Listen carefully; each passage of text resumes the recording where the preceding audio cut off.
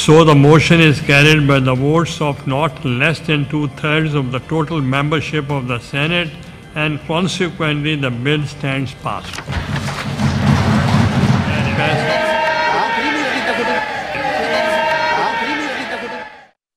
السلام علیکم، میں ہوں منیزہ جہانگیر اور آپ دیکھ رہے ہیں پروگرام اسپاٹ لائٹ۔ ناظرین، آج بھرپور شور شرابے کے بعد سینٹ نے 27ویں یعنی ترمیم کے بل کو منظور کر لیا۔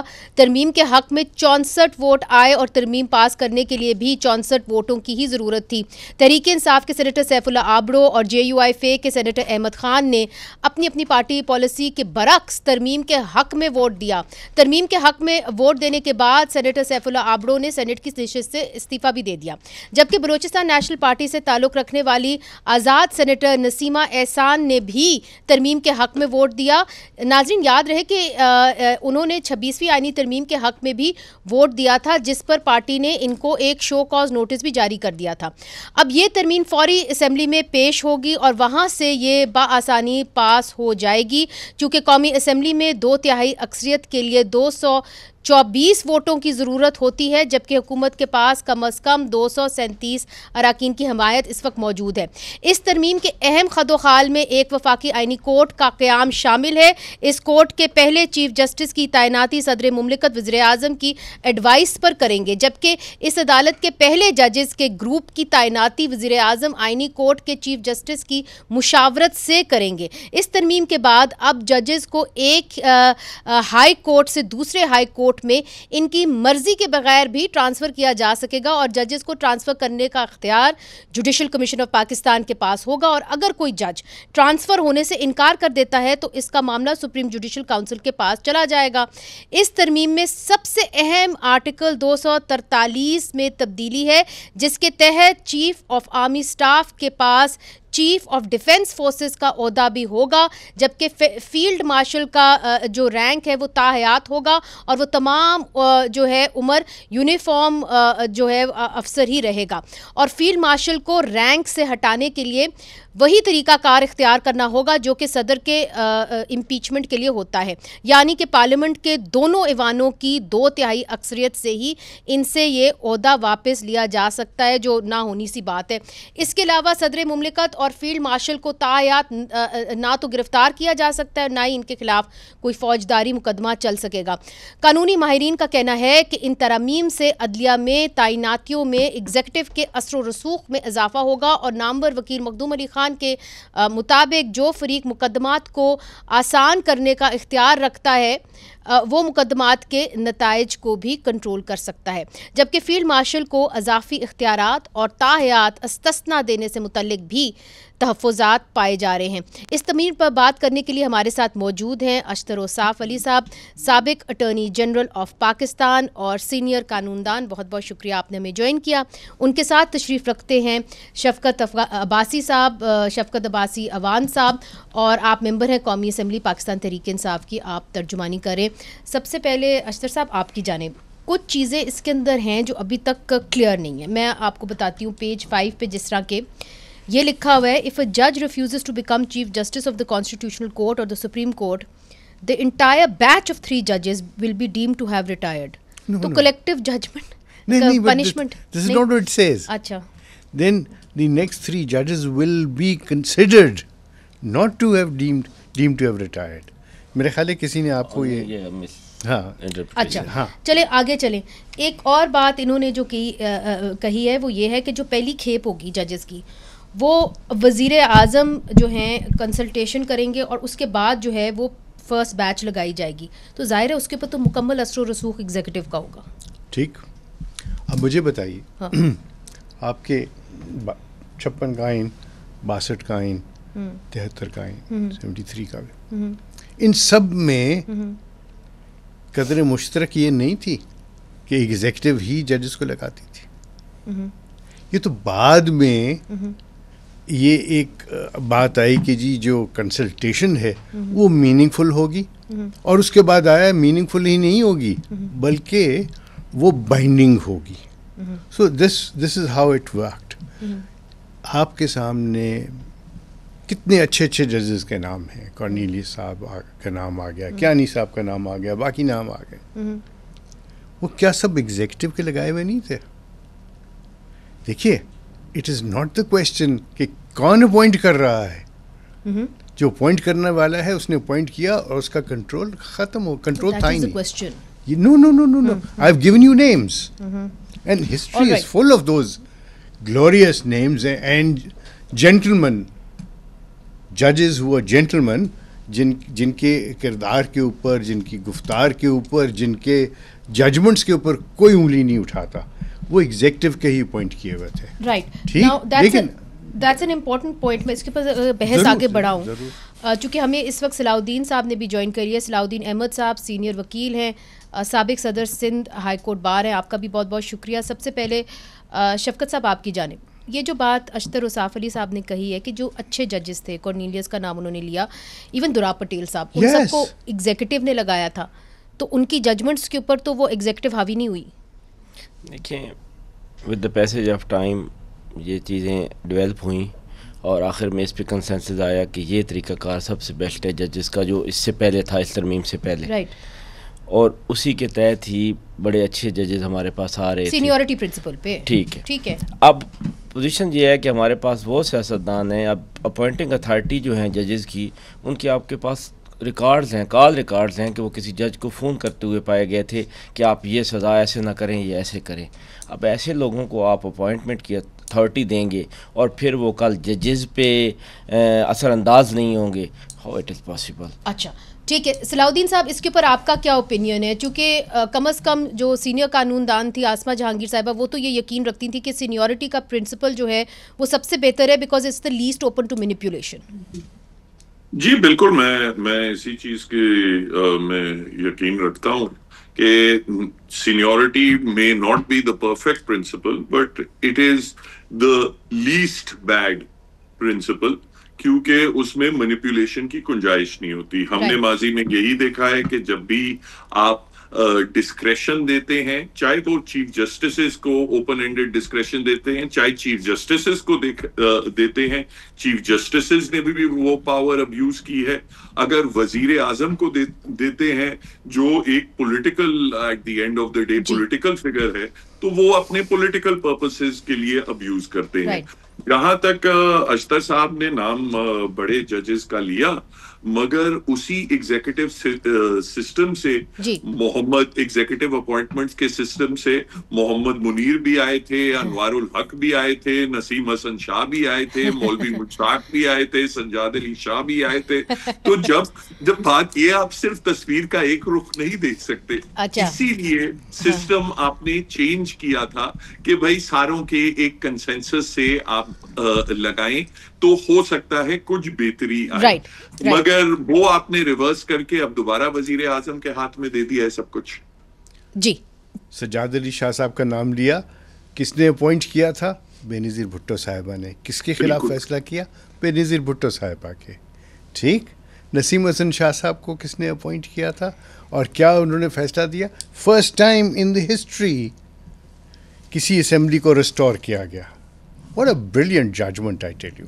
اور ان کے ساتھ سارے ان کے رفقات ہیں. ٹھیک.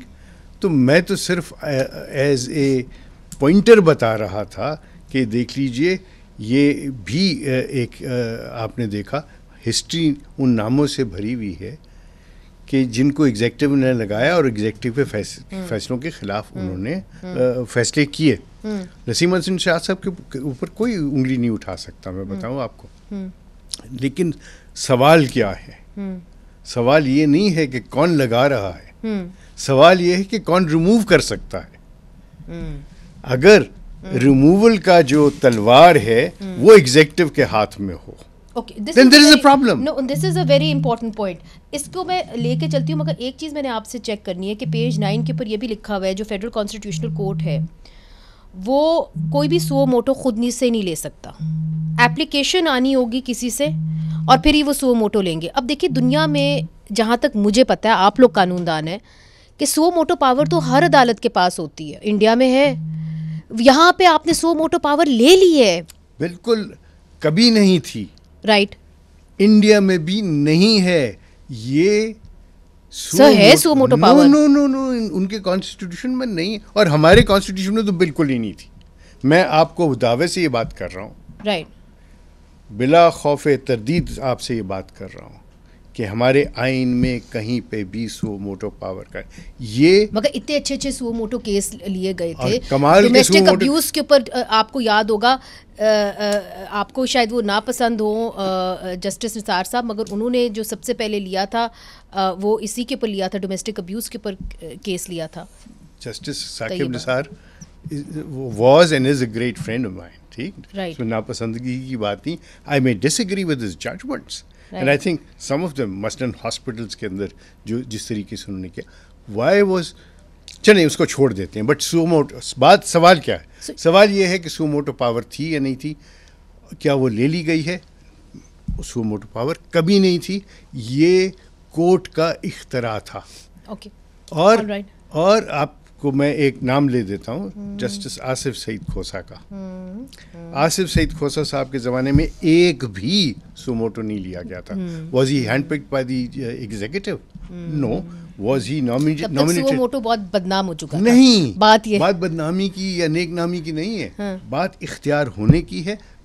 اور اسی لیے جو میں آپ سے کہہ رہا ہوں, کوئی اختیار لے نہیں گیا, یہ کلیریفائی کر دیا گیا ہے کہ اختیار نہیں ہے. All right.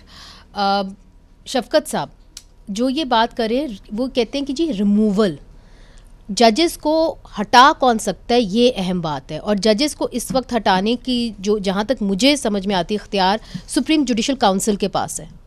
میری بات سنیں جی, انہوں نے آرٹیکل 200 میں چینج کر دی ہے. اب ججز کو آپ پھرائیں گے پورا پاکستان. کیس کوئی اہم کسی جج کے سامنے لگا ہوگا اور وہ بات نہیں مان رہا ہوگا, آپ جی آپ اس کو, میں وہیں پہ آتا ہوں جہاں آپ کہہ رہی ہیں, آپ اس کو ٹرانسفر کریں گے اور وہ انکار کرے گا تو he would be presumed to be a retire.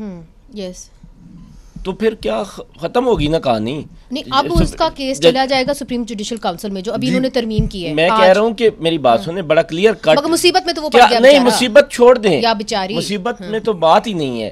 بڑا کلیئر کٹ اس پہ لا ہے کہ اگر وہ انکار کرے گا تو وہ ریٹائر تصور ہوگا. جوڈیشل کونسل آج امینڈمنٹ جو ہوئی ہے اس کے نا سپریم جوڈیشل کونسل نے ایک ضابطے کی کارروائی کرنی ہے کہ بس ٹھیک ہے جی, وہ تو قانون میں آپ نے لکھ دیا ہے کہ اگر وہ ریٹائرمنٹ سے انکار کرے گا تو وہ ٹرانسفر سے انکار کرے گا تو وہ ریٹائر تصور ہوگا. سپریم جوڈیشل کونسل کے پاس آپشن کیا بچا ہے, اس کی موجود ہوگی آپشن کے جی وہی opted to not to go there, اور اس کے بعد وہ ریٹائر تصور ہوگا. رائٹ. تو آپ نے تو کر لیا نا اپنا کام کہ ججز وہی کام کریں گے جو آپ کی مرضی کے ہوں. اچھا, ایک سوال میں نے آپ سے پوچھنا تھا سر, میں ایک سوال ان سے یہ کرنا چاہ رہی تھی شفقت صاحب سے, چونکہ آج سیف اللہ آبرو جو ان کے سینیٹر ہیں, انہوں نے ان کی مرضی کے بغیر ووٹ دیا ہے 27 کانسٹیٹیوشنل امینڈمنٹ میں. وہ بیٹھے رہے, میں وہیں پہ موجود تھی, اب انہوں نے استعفیٰ دے دیا ہے. تو کیا آپ, how do you explain this? میں کیا ایکسپلین کروں, ہمارے نیشنل اسمبلی کے بھی کچھ لوگ چلے گئے تھے جب 26 امینڈمنٹ ہو رہی تھی. اب بیہائنڈ دا سین ان پہ کوئی پریشر تھا, بیہائنڈ دا سین ادروائز ان کے معاملات طے ہو گئے. انہوں نے کہا اچھا 20ویں آئینی ترمیم میں میری بیوی کو اور میرے بچوں کو اٹھایا گیا اور کوئی پی ٹی آئی کا بندہ کوئی نہیں بولا میرے حق میں. نہیں, ہم تو بہت بولے ہیں, ان کے بیوی بچوں کو واقعی اٹھایا گیا تھا, صرف ان کے نہیں اٹھایا گیا, بہت ساروں کے اٹھایا گیا تھا, اور ہر کے لیے بولے ہیں, لیکن ہم کر کچھ نہیں سکتے. کس کے لیے ہم رونا روئیں, کس کے بیوی بچوں کو نہیں اٹھایا گیا یا کس کو تھریٹ نہیں تھی. میرے بیوی اور بچے موجود نہیں تھے پورا 1 منتھ, میں نے کہیں چھپا کے رکھے ہوئے تھے. میں خود کے پی میں چھپا ہوا تھا 26 امینڈمنٹ میں, جو نہیں چھپا سکے ان کے اٹھائے گئے. اور بہت سارے نام ہیں. بات یہ کہ I'll just come to صلاح الدین صاحب, مگر آپ سے یہ سوال میں اس لیے کر رہی ہوں کہ جب آپ اس ماحول کے اندر کوئی بھی امینڈمنٹ کرتے ہیں نا, تو اس کے اوپر ایک سوالیہ نشان بن ضرور جاتا ہے. اور 26 کانسٹیٹیوشنل امینڈمنٹ میں تو ہم نے دیکھا کہ نامعلوم لوگ سینٹ کے اندر آ گئے اور وہاں پہ لوگوں کو اٹھا کے لے کے گئے. اس کے اوپر پی ایم ایل این نے ایک کمیٹی بھی بنائی تھی, مگر کچھ پتہ نہیں چلا. رونا رو نہیں رہے تھے کہ میرا سینیٹر غائب ہے. سب سے پہلے بالکل I'll address this, although I'm not going to defend any of these things, کیونکہ اس کا کوئی ڈیفینس ہوتا نہیں ہے. اگر یہ ہے تو بالکل غلط ہے, اور جتنی بھی اس کی کنڈمنیشن کی جائے کم ہے. لیکن پہلی بات جو میں کرنا چاہوں گا, جس پہ میں انٹرجیکٹ کرنا چاہ رہا تھا, جب آپ اعتراض برائے اعتراض کریں, جب آپ کو کوئی چیز ناپسند ہے تو آپ اس کے اندر دیکھتے بھی نہیں ہیں اور آپ مسودہ پھاڑ دیتے ہیں. جب آپ مسودہ پھاڑیں گے تو آپ پڑھیں گے نہیں. اگر پڑھا ہوتا تو میرے دوست کو یہ پتہ چلتا کہ وہ امینڈمنٹ جس کے بارے میں کہہ رہے ہیں کہ وہ ریٹائر ہوں گے, یہ نہیں ہے. This is not how it is. وہ آج ترمیم وہ نہیں ہے, وہ نہیں ہے. آج ترمیم دیکھیے نہیں میری بات سنیں. نہیں چلیں میں ریپلائی کروں گا, یہ بات کر لیں. لیکن بات یہ میں ایک بات جو کہنا چاہ رہا ہوں وہ یہ ہے کہ as legislators, as people who have been entrusted with this vote, بڑی قیمتی چیز ہے یہ. میرے نزدیک تمام پارلیمنٹیرینس, چاہے وہ ٹریجری بینچ میں ہے, چاہے اپوزیشن میں ہے, چاہے independent, they have to apply their mind, their independent mind, and not be driven by somebody who has some vengeance or some score to settle. Fair enough. میں کہنا یہ چاہ رہا ہوں کہ امینڈمنٹس جتنی بھی آپ کو کرنا ہے آپ ان پہ ڈبیٹ کریں. میری سجیشن کیا تھی, اور آج بھی یہ سجیشن ہے کہ خیر سینٹ سے تو پاس ہو چکا ہے, لیکن جب بھی کبھی اس طرح کی بات ہو, آسان طریقہ کیا ہوتا ہے کہ آپ ہاؤس کو, اور آپ بتائیں گے کہ ہاؤس کو آپ کنورٹ کر لیتے ہیں ان ایک کمیٹی. وہ ویسے علی ظفر صاحب نے کہا تھا, اس کو مسترد کر دیا گیا تھا. I had suggested that even earlier. ٹھیک, اسی طرح سینٹ کا بھی ہو سکتا ہے, نیشنل اسمبلی کا, and that is the way forward. پھر کسی کو اعتراض کرنے کی ضرورت نہیں. مگر اشتر صاحب یہ جو امینڈمنٹ تھی نا, یہ اسی مہینے ہونی تھی, سب کو پتہ ہے کیوں ہونی تھی. میں رپلائی ان کو کر دوں. اشرف صاحب بڑی اچھی باتیں کر رہے ہیں. صلاح صاحب کو بھی پھر شامل کرنا ہے. جی ہاں, میں صرف 2 منٹ. کیے بڑی اچھی باتیں کر رہے ہیں اور بڑی جمہوری باتیں کر رہے ہیں, اور بڑی جب جمہوریت واقعی کہیں ہوتی ہوگی اس وقت کی باتیں کر رہے ہیں. دیکھیں میں ممبر نیشنل اسمبلی ہوں, میں نے آج تک مسودہ نہیں دیکھا, اور جو مجھے پہلا ملا تھا اس میں یہی امینڈمنٹ تھی جس کو آپ چینج کر کے آج کوئی اور کر دیا ہے جوڈیشل کو. ہاں, اس میں یہی تھا کہ وہ جج ڈیم ٹو بی ریٹائر. اچھا, اور دوسری بات یہ ہے, یہ کیسی باتیں کر رہے ہیں. آج سینٹ میں بل پیش ہوا اور آدھے گھنٹے بعد وہاں سے پاس ہو گیا. مجھے بتا دیں سینٹ کے 100 بندے ہیں, آپ ان کو 5 منٹ بھی بولنے کے لیے دیں تو وہ 500 منٹ لگیں گے اشرف صاحب, اور آدھے گھنٹے میں وہ بل وہاں سے پاس نہیں. میں نے سنا ہے آپ کو, وہ آدھے گھنٹے میں وہاں پہ پاس تھا. آپ کیسی بات کرتے ہیں, ہم کس ملک میں بیٹھے ہیں اور ہم کس جمہوریت کو لے کے بیٹھے ہیں, اور جس کو ہم بھگت رہے ہیں ہم سے پوچھیں. وکیلوں کے پاس جو ہے نا لفظوں کی کبھی کمی نہیں ہوتی. میں چاہوں گی کہ ہم ادھر سے پنجاب سے کراچی بھی جائیں, کیونکہ جو باقی صوبے وہ ہمیشہ شکایت کرتے ہیں کہ پنجابی بولتا رہتا ہے اور سندھ کو اجازت نہیں ملتی, تو ان سے بھی میں بات کروں گی. اور سو موٹو پاورز کے حوالے سے ناظرین سوال کرنا بہت ضروری ہے. آپ سب کو یاد ہوگا جوڈیشل ایکٹیویزم کے حوالے سے ایک پورا دور چلا تھا. سو موٹو پاور جو ہے وہ بڑی, آپ کہہ لیں کہ اسے بڑے بڑے وزیر اعظم جو ہیں ان کو گھر بھیجا گیا تھا. اب اس اختیار کو لے لیا گیا ہے. اس پہ بات کریں گے وقفے کے بعد.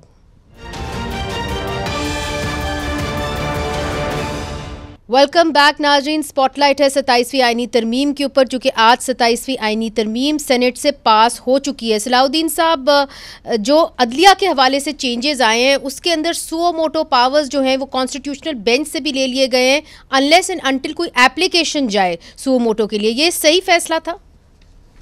دیکھیں, جب سو موٹو کریٹ ہوا تھا, اور اشتر اوصاف صاحب بالکل صحیح بات کر رہے ہیں کہ آئین میں تو کم سے کم سو موٹو کا تذکرہ نہیں ہے.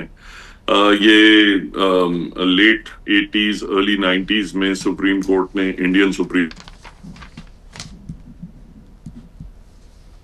آواز میرا خیال ہے ان کی ڈراپ ہو گئی ہے. ہم کوشش کریں گے کہ پھر سے ان سے رابطہ ہو جائے, چونکہ بڑی اہم بات کر رہے تھے سو موٹو کے حوالے سے. Let's move on to article 243. میرا خیال ہے کہ اس کے اوپر ہماری بات کرنا بہت ضروری ہے. واپس آ گئی. جی we lost you for a while. جی, اور جو 90 کی دہائی میں جو سو موٹو سپریم کورٹ نے لیے تھے اس پہ ان کی بڑی پذیرائی ہوئی تھی, بٹ فرام 2005 آنورڈز جو سو موٹو کا ایکسپیرئنس رہا ہے وہ اچھا نہیں رہا. میں سمجھتا ہوں کہ سو موٹو اگر آپ اس پہ شرط لگا دیں کہ ڈائریکٹ کوئی کم سے کم کوئی پٹیشنر سامنے آئے تو اس میں ایز سچ کوئی حرج نہیں ہے, مگر اس کے لیے یہ قطعاً ضروری نہیں تھا کہ آپ سپریم کورٹ کے تمام جو اختیارات ہیں وہ آپ چھین کے ایک پرائم منسٹر اپوائنٹڈ باڈی کو دے دیں. تو آپ کی جو مین ایک کرٹیسزم ہوگی of the 27 constitutional amendment as a lawyer وہ کیا ہوگی؟ دیکھیں دو چیزیں ہیں. ایک تو میں سمجھتا ہوں کہ اس میں انڈیپینڈنس آف جوڈیشری کو کمپلیٹلی ختم کر دیا گیا ہے. اس میں نہیں سمجھتا کہ کوئی بھی نیوٹرل آبزرور اس میں کوئی دوسری رائے رکھ سکتا ہے.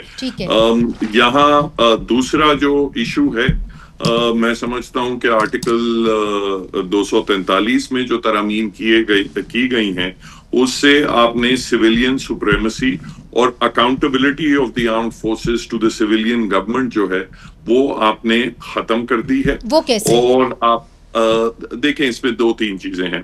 ایک تو جو عہدہ ہے فیلڈ مارشل کا وہ فار لائف ٹائم کر دیا گیا ہے.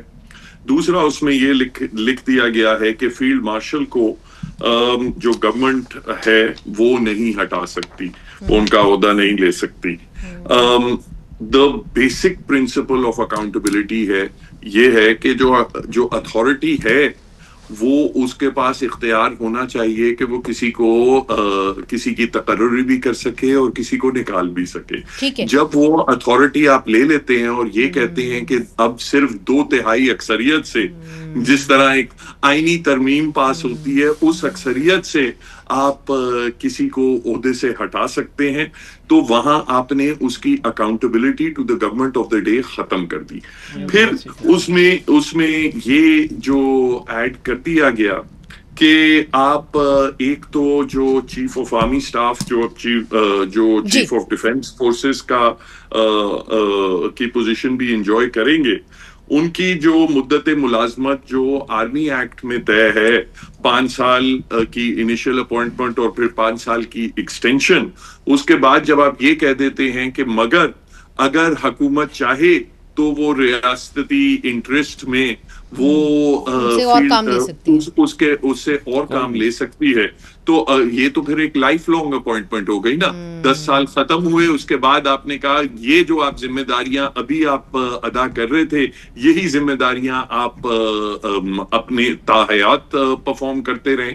تو اس سے آپ نے ایک لائف لانگ سسٹم بنا دیا جس سے سویلین سپریمیسی جو ہے, جو تاثر بھی تھا یا نوشن بھی تھی, وہ ختم کر دی. جی اشتر صاحب, یہ جو بات صلاح الدین صاحب کہہ رہے ہیں آپ اس سے متفق ہیں, چونکہ یہ ابھی کلیئر نہیں ہے کہ چیف آف ڈیفینس فورسز اور چیف آف آرمی اسٹاف کی مدت ملازمت ہوگی کتنی. ٹھیک ہے, باقی کلیئر نہیں ہے نہیں ہے, اور کلیریفیکیشن کی ضرورت ہے, کیونکہ آپ دیکھیے وہ تو کہہ رہے ہیں لائف لانگ ہے. نہیں, اسٹیپ بائی اسٹیپ. جب ان کو اپوائنٹ کیا گیا تو وہ پہلے والے قانون کے تحت تھا, اینڈ دی اپوائنٹمنٹ کا جو جس کو آپ کہتے ہیں ڈیوریشن, the notification, جی that was for 3 years. جی ٹھیک, اب اس کے اندر بھی میرے نزدیک you need to make an amendment there as well. اچھا, because وہ notification پہلے والے قانون کے تحت. دوسرا کہ now he has another hat, another feather in his hat, right, and that is that of field marshal. right. تو field marshal کا جو اپوائنٹمنٹ ہے, جو ان کا جو عہدہ ان کو دیا گیا یا ٹائٹل دیا گیا, سو جو نیا نوٹیفیکیشن ہے it has to be incorporated in such a fashion to include that, اور نئے قانون کے تحت نوٹیفیکیشن چاہیے. تیسرا, اب جب کہ آئین میں یہ ترمیم آ گئی ہے تو اس کے بھی آپ 3 سلائسز اب کر لیجئے. ایک کہ آپ نے ان کو فیلڈ مارشل کہا کہ فار لائف ہوگا. دنیا میں کہیں پہ بھی ایسا نہیں ہے کہ آپ کہیں کہ یہ فیلڈ مارشل ہے اور اب فیلڈ مارشل نہیں رہیں گے. No, it doesn't happen that way. جتنے بھی فیلڈ مارشل ہوئے وہ بیکاز اٹس اے ٹائٹل. ٹھیک, یہ جس طرح آپ کہیں نا کہ ستارہ امتیاز ہے یا ستارہ نشان امتیاز ہے, یس جی ٹھیک, وہ رہیں گے. جی, تو اس کو صرف ری افرم کر دیا. کس لیے ری افرم کیا؟ For the executive powers. یہ دوسرا سلائس ہو گیا. ایگزیکٹو پاورز کیا ہیں, اور اس کے لیے جو میں نے سنا ہے اور جو میں نے دیکھا ہے وہ یہ ہے کہ اس کے پیچھے ایک لاجک ہے, اور وہ لاجک کیا ہے کہ اب جو آپ کا وارفیئر ہے وہ صرف انفینٹری یا آرمرڈ کور یا اس پہ محدود نہیں ہے. جی جی, آپ کا نیول محدود نہیں ہے, صرف یہ ایئر فورس محدود نہیں ہے. It's an amalgam of all these مگر آرمی فورس کو and the CDF nuclear بنایا ہے نا, and the nuclear. Army chief کو آپ نے بنا دیا ہے CDF, تو CDF کو جو ہے وہی اب تعین کرے گا کہ جی ایئر فورس اور نیوی کی تعیناتیاں ہونی ہیں, کیسے ہونی ہیں, کیا ایسے ہی ہوگا؟ نہیں, ایسا نہیں ہے. کیا آپ نے ماضی میں چیف آف جو ہے جوائنٹ اسٹاف, اس میں کیا ایڈمرلز نہیں آئے؟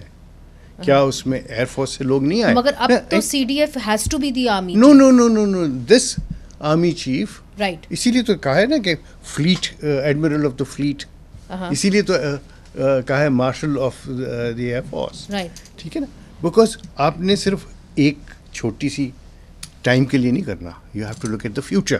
کانسٹیٹیوشنز are made for the future. But sir ایک سوال میرا آپ سے بنتا ہے, sorry to cut you short, مگر ایک بڑا اہم سوال ہے. مجھے یاد ہے کہ PMLN جنرل مشرف کے بارے میں کہتی تھی کہ جی آرٹیکل 6 ان کے اوپر لگائیں.